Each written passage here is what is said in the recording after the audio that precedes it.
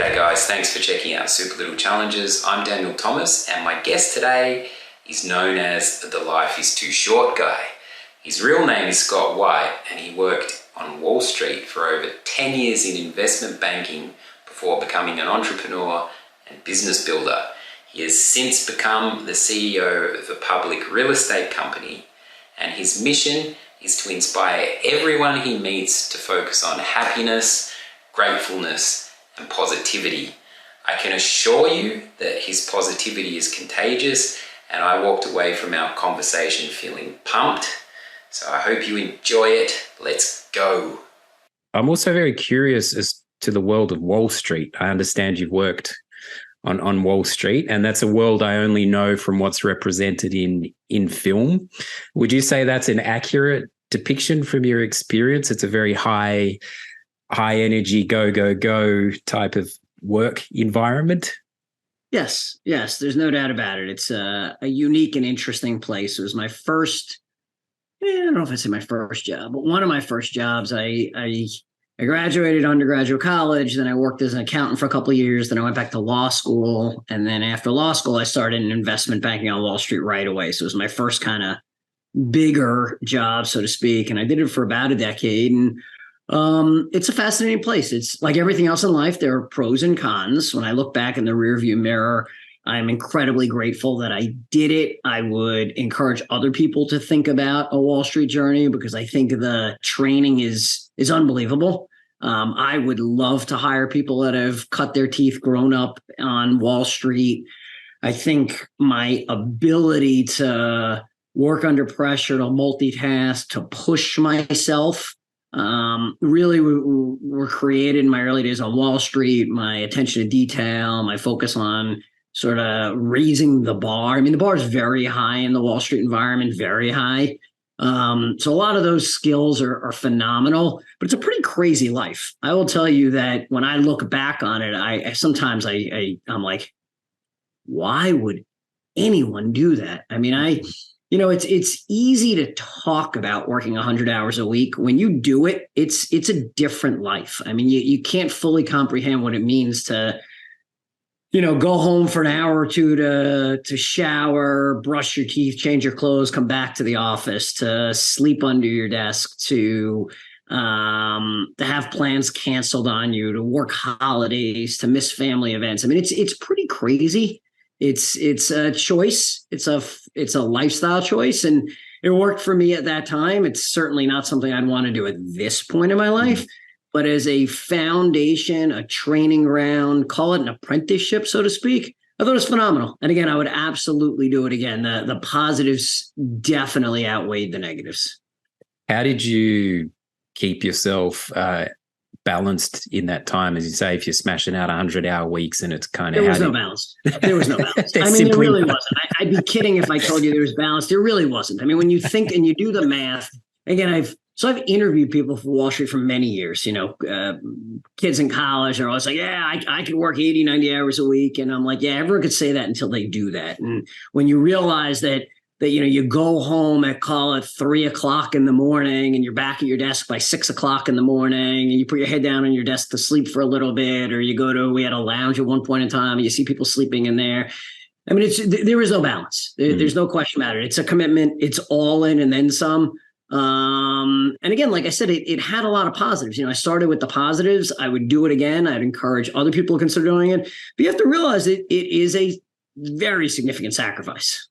You know what you sign up for, right? You know what you sign up for. And it helped develop me, who I am and what I'm about. And my philosophy on life and on experiences has evolved and changed. I started on Wall Street 23 years ago. So I'm a different person today than I was 23 years ago. I worked in architecture. It's the only similarity would be when there's high pressure deadlines and you're literally trying to win like a competition for a job that's going to set the office up for the next 3 years, and you have no choice but to sleep under the desk. Probably different in a lot of ways, but some similarities. So I can relate to that kind of high energy workforce. Look, I think to a certain degree, some of the examples I'm giving, the stories, the principles are applicable to a lot of businesses. Entrepreneurs commit themselves in a meaningful way. Young doctors that are doing residencies sort of live that kind of life. I mean, it's somewhat unique to Wall Street, but not totally unique to Wall Street. And I think to a certain degree, if you're going to build a strong foundation in your career and you want to develop skills and build a network, you have to be all in early in your career. And again, I think my philosophy has changed. There's no way I'm working 100 hours a week now. It's just not what's important to me. But that's part of the evolution of your life and your thoughts and your perspectives. You've adopted a philosophy that you call the life is too short guy philosophy. Can you tell us a bit what that's about, or what are the core principles of that? Sure. So the life is too short guy philosophy came about. So rewind a tiny bit. I wrote a book and published a book earlier this year. And that book was the outgrowth of, I've always wanted to write a book. It's one of those experiences or one of those challenges, like someday I'm going to write a book. And during COVID, I started working with a new executive coach. And in our second meeting, his name is Kevin. Kevin said to me exactly like this. The first meeting, he interviewed me. I answered a bunch of questions, did some assessments. Second meeting, he looks at me and he's like, dude, you are the life is too short guy. Like everything is get it done today, positivity, happiness, rah, rah. And I'm like, I guess that's right. But I never really thought of it that way. So had you and I spoke a couple of years ago, I wouldn't have told you, oh, it's the life is too short guy philosophy. So that naming convention came about over the last couple of years. However, it's how I've lived my life. And as we just discussed, it's evolved. So there are 10 principles I talk about in the book, and I call it the life is too short guy philosophy, or LITSG, LITSG. And the most important one, the foundational one, is attitude is everything, the power of positivity. And I talk a lot about being able to control your attitude, the lens through which you view the world, the perspective you take really, really impacts your life and those around you. So if there's one common thread that you pull through the entire book, attitude is everything. The power of positivity is the core principle. There are actually 10 principles. I don't know if you want me to go through all of them or. Maybe the top three. Well, I mean, they're probably quite even across the board, but if there's so they really are. I think that one's the most important one. Related to that one, so very similar, is choose your attitude and own it. So the first one is attitude is everything, the power of positivity, having a positive attitude, how important it is in your life. And the second one is you have the ability to choose your attitude. Every day when you wake up, what is your first thought that comes to mind? What perspective, what roadmap do you set for the day? Choose your attitude, own it. The third one ties really nicely to, I think, what you're talking about and with your audience here. The third one is actually called Little Things Make a Big Difference. There you go. You want to talk about, a direct correlation. So I want to make sure I talked about that one. Little things make a big difference.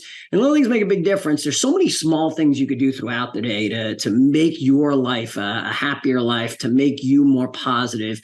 And they're so simple. They're really so simple that sometimes when I talk about them, people are like, really, that's it? But when you really sort of think about them, so let me give you a couple of, so what are some of the principles in little things make a big difference? How about smile? How about just smile? And people are like, and then I say to them, smile when you wake up, smile when you get in your car, smile when you're having your coffee, smile when you're talking on the phone, smile when you get home from work, smile when you get to the office. Like, that's the idea, is that if you can think proactively to add an extra smile a day, that's an extra 350-ish smiles a year. Think about the implications of one extra smile a day. How many people around you see that smile? And then as we know, we see people smile. It feels good. We smile, right? So smile. Another thing within little things make a big difference is random acts of kindness. When was the last time you performed a random act of kindness? And I talk about a really compelling study that shows that the recipients of a random act of kindness appreciate that act substantially more than the person who performed it believed they would. Think about that for a minute, right? So I'm going to do something randomly for you, and I give a bunch of stories in the book of both being a giver and receiver of random acts of kindness. That recipient appreciates it so much more than the giver thinks they would. So random acts of kindness is another little thing make a big difference. Celebrate is another little things make a big difference. How often do we celebrate? I don't think we celebrate enough. Celebrate small wins. Every day is an opportunity to celebrate. Everything, completing this podcast is an opportunity to celebrate. Smile and enjoy it. Embrace it. You don't have to find the proverbial cure for cancer, would be wonderful. You don't have to win a Nobel Prize to celebrate. Celebrate small wins every day. And I give examples in the book of things that I've done with my family and I've observed other people doing. Celebrate more often. So that's kind of within the genre of little things make a big difference. So those are the first three principles. I'm happy to go through as many as you'd like. No, I love that because a lot of the time it's, you know, a lot of this stuff is not airy fairy at all, you know, and a lot of the things that I've tried to focus on in terms of these little things are very practical. But to hear you say, well, why not exercise your smile and celebration is actually really, really awesome because smiling, it's a muscle, right? You got to kind of work the muscle, and it's amazing if you feel down or whatever and you actually kind of force yourself to use that muscle, next thing you know, what happens? You're smiling, but being conscious and aware of it. That's the thing. So like you say, to take that, and I've just noticed myself when you're out in public and you present yourself in that way, in a natural way, it comes back at you. And what you're saying, yeah, absolutely. And what you're saying about acts of kindness, you know, there was a woman in a cafe here this morning. She was quite stressed and I was sort of kind of a bit standoffish. And then when I was getting my bike out of the cafe, she was trying to load something into a car and I saw her struggling a bit. And I just said, oh, can I help with the, you know, with the box? And all the tension I'd kind of felt in the cafe suddenly dropped and we had this nice quick exchange. And exactly what you're saying, I don't know, but I think she appreciated that. It's such a beautiful story, and it's so consistent with my overarching message. So my overarching message, what I'm trying to do is make the world happier one smile at a time. That's my mission right now. And what I talk about in the book and what I talk about when I meet people is it's not that hard. Like what you just gave is such a simple example. I helped a woman load something in her car, right? This isn't higher level academic theory. This isn't some earth-shattering like, wow, I never thought of that. This is simple, practical, day-to-day blocking and tackling. We could all do a little bit more and think about what a better world we would have. And I wasn't trying to prove anything, you know, it was just right there in the moment. It was like how it was coming. Awesome. It's coming from what you said at the start, which is an attitude of how can I help as opposed to I need to get to wherever I'm going fast or whatever. How can we all help one another, you know, even if it takes 2 seconds? Absolutely. So absolutely, well said, Daniel. Yeah, so those little things are really key, and I've just found the thing that it always comes back to is awareness. Whatever it is, it always comes back to being aware of something, and like you're saying, how you hold yourself, and how you attitude relative to how you respond to situations, call them negative or positive, the attitude right. with which you respond. No doubt. And you have the ability to control that. It's in your hands. Yeah. Absolutely. Yeah. So after you're the CEO of your own company now? It's a public company. It's a public company. Chairman and CEO of a public real estate company today. And how have you found how have you applied your philosophy and how has that helped within what you're doing in a business sense? It has meaningful implications for business. So the beauty of this philosophy and of these tools are they're applicable across the board, business, personal, family, friends. You could use a lot of these principles and tools across the board. And as it relates to the company that I helped found and today run, we built a culture around a lot of these principles. And I'm very proud to say that for the last 4 years in a row, we've been selected as one of the best places to work in the area that we work in. We get acknowledged each year as one of the top places to work. And a big part of that is our culture. We attract the best people, we retain the best people because we've created a culture that has so many of these principles woven through it. And I think if you were to talk to anybody on our team, they would tell you how proud they are to be a part of the team, how grateful they are for the culture that we have and for the opportunities that we've created. We have had, long before COVID, we've given people a great deal of flexibility to work where they want and how they want and when they want. And we've given people ownership of their careers, and we've given people ownership of helping us build our culture. It's not just a push down, here's what the culture is going to be. It's we're all a part of this. How do we build something special where people want to be a part of it? The trust aspect sounds very, very cool, because I've experienced a few toxic cultures in companies, and it never plays out well. The fact that at the core of it, you have those principles. It sounds like it just gives people what they need to be their best, as opposed to micromanagement or not feeling that they're heard in the work environment. Sometimes it seems so simple to me, but I've been in so many companies where I've just watched this toxic culture kind of develop. So it's awesome that you've fostered that culture. Look, like the title of the book, "Life's Too Short," right? The name of the book is, the life is too short, guys. Sorry.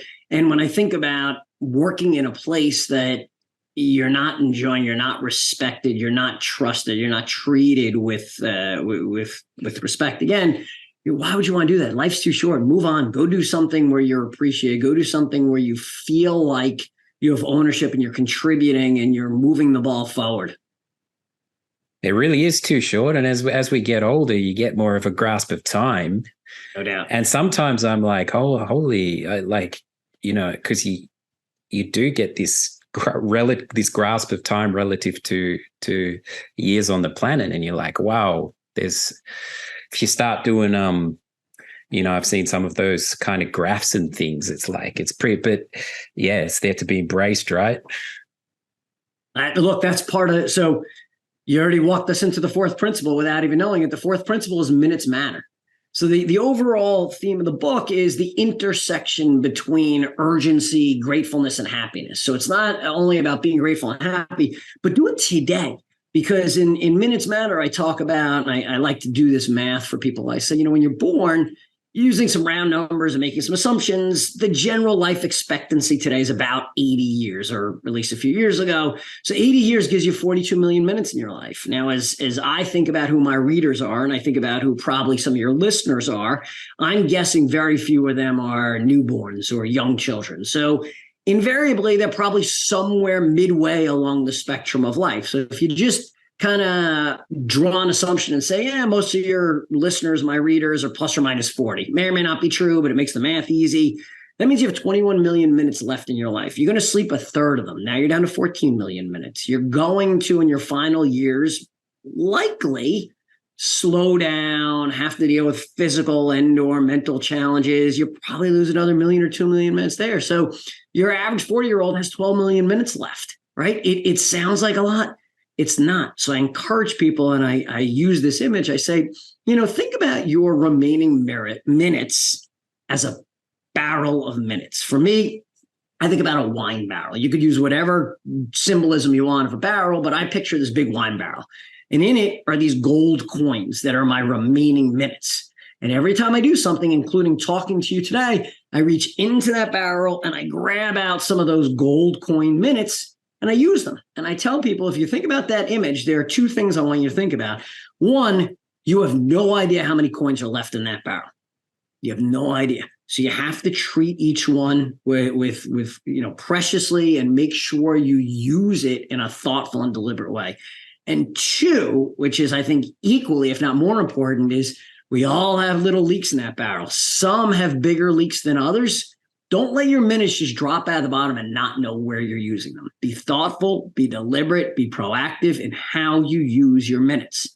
I do not give you a formula for prioritizing, for choosing, would I rather read a book or go for a run? Would I rather work or spend time with my family? That's up to each person, because there is no right answer to that. I don't think I should make a judgment or you should make a judgment for other people. I think each person should make that judgment. However, what I think we generally lose sight of and lack is the basic premise, the principle: minutes matter. I only have so many left. How am I going to use them to live the happiest, most fulfilling life? Mm. And it's quite literal, but time, that image of the barrel with the coins, it's like time is valuable. It's the most precious commodity. That's exactly right. We have. And it's amazing how time can get away from you or be hijacked very quickly in your day. Even if you like shut yourself away and you're just kind of focused on your own tasks, you're timed by everything around us and all the distractions we have. I thought about it this morning, accidentally reaching for the phone, and you think, I'll just check one thing, one message. Next thing you know, you're on the newspaper, you're on the social media, you're on the thing, and you like the day's ticking, and those coins that you're talking about, they're just disappearing. They're just vanishing. Another thing is how amazing it is to like just devote one of the, like just consciously say, I'm going to take 5 minutes to myself. It sounds easy, but we often find it very hard even to find like a 1 to 5 minute block of time where you might just be, whatever, as you said, whatever you choose to prioritize. That's exactly right. That's hopefully good for you. But it's amazing how difficult it can be to just rein one of those coins in. That's exactly right. Minutes matter. Choose how you use your coins and use them wisely. No, sound advice. I very much like to have guests, not to put you on the spot, but offer challenges for the listeners relative to your philosophies. Do you have a challenge that you'd like to offer? Oh, there's so many challenges. I think the most important one is embrace today. Right? You hear it all the time. You hear it like, make today the best, a great day, make today the best day ever. I set out every day and I challenge people, make every day the best day ever. And people are like, oh, come on, Scott, today's going to be a better day than when my children were born. Today's going to be a better day than when I got married. Today's going to be, fill in the blank of all the amazing highlights in your life. And I say to people, set out proactively to make it the very best day. By definition, it's all you have right now. The past is in the past. The future isn't here yet. Today's your day. So go out and make it the best possible day. Use your minutes wisely. Think about what you're doing. Stop what you're doing and reflect on, where am I in my life? What am I doing with my minutes? Am I enjoying my life? Am I challenging myself? One of the principles is take a chance and get it done today. Am I taking the appropriate level of risks? Am I willing to fail? Today, and I emphasize that deliberately, is the day to do that. Don't wait until tomorrow. Willing to fail is a big one. We've talked about it a lot on the show. The growth that comes from failure, the lessons that come from failure. There's just it's almost impossible to get something, to shoot that hoop bang straight in off the first throw you ever do. But there's that fear in just throwing it, whatever it may be, to throw out some metaphors. So yeah, the risk. I might piggyback off. That's an awesome challenge. I might piggyback off also with the smile one, because I actually haven't thought of that. Just consciously, just try and smile more in the day. And again, this is not airy fairy stuff. It's very, very practical.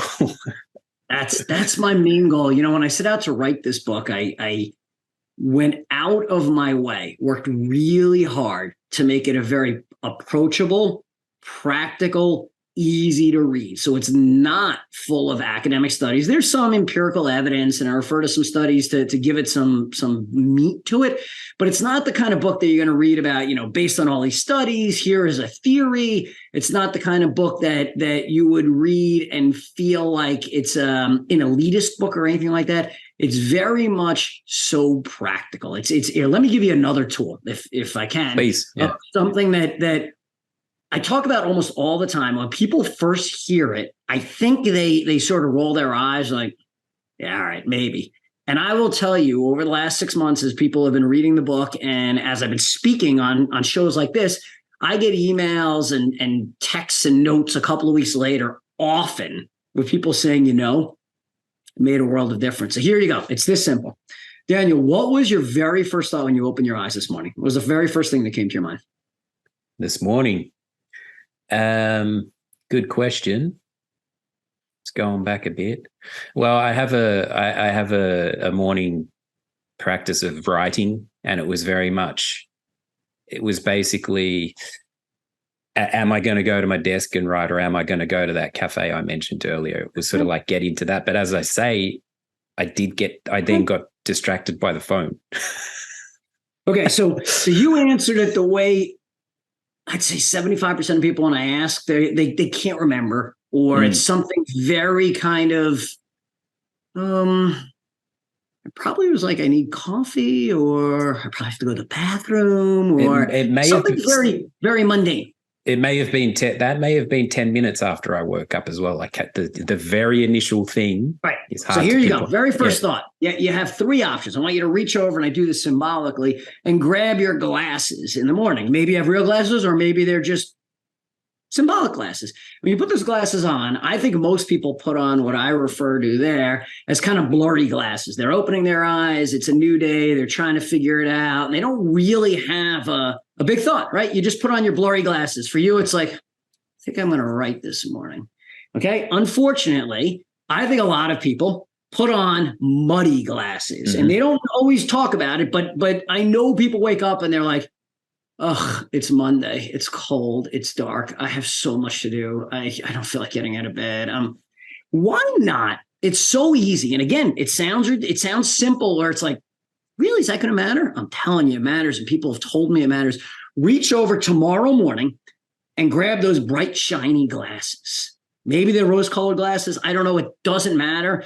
But there's a famous saying, I think it was Henry Ford, that said, if you think you can or you think you can't, you're probably right. Why not put on those glasses? Because this morning when I opened my eyes, I literally was like, and I do this every morning, I'm like, the sun is shining. I'm in bed next to someone I love. I know I'm going to be on the show. I swear, I thought about that early in the morning. And I love doing this, by the way. If you can't tell by my energy, I love doing this. I know I'm going to be on the show. I'm heading out for a bike ride because I ride some mornings. I run some mornings. I'm grateful. My kids are in the room next door because they're both heading off to university in about a week or so. That was 10 seconds in my day. 10 seconds. The sun was shining. My wife's in bed next to me. The kids are in the room next to me. I'm going to be on Daniel's show, and I'm going for a bike ride. 10 seconds into the day, and look at me. I'm fired up. Why not be thoughtful, deliberate, and proactive tomorrow morning when you open your eyes? The first thing may very well be, I heard this nut on the show yesterday or something. But then, you know what? I'm going to have an amazing day. I'm excited that I meeting so-and-so for lunch. I got to call so-and-so. I have this meeting. I'm going to go see this. I'm going to watch that. Whatever you're going to do, embrace it in the first few seconds of the day. Again, if you think you can or you think you can't, you're probably right. Why not set the roadmap for the day in a positive direction? Very simple. Very simple. I'm telling you, it makes a difference. I love it. It honestly sets the whole day in motion. Those first few seconds set the day in motion. It absolutely does. And I even tell people, I'd encourage you to take it one step further and say it out loud. Maybe someone's sleeping next to you, so you can't do that. But if someone's not sleeping, I often wake up, and I did this morning. It's a Wednesday. I'm like, happy Wednesday. It's going to be a great day. I say it. I project it to the world. It's not just in my head. It's here we go, whatever it is. Happy August, happy end of summer, happy fill in whatever is going on. Every morning I wake up, I think it, I say it. It's a choice. It's a choice, and it sets the brain in a positive direction. Now, look, does it guarantee anything? No. You could get up, rah-rah, step out of bed, and break your ankle. I understand that. That's the reality. But why not set yourself get your brain exercising in a positive direction? Again, it gets back to that principle the two principles I talked about before. Attitude is everything, the power of positivity. Choose your attitude and own it. You could change so much of your life, your happiness, your perspective, all on how you view the world. Yeah, awesome. Where can people find the book, and where can people find you?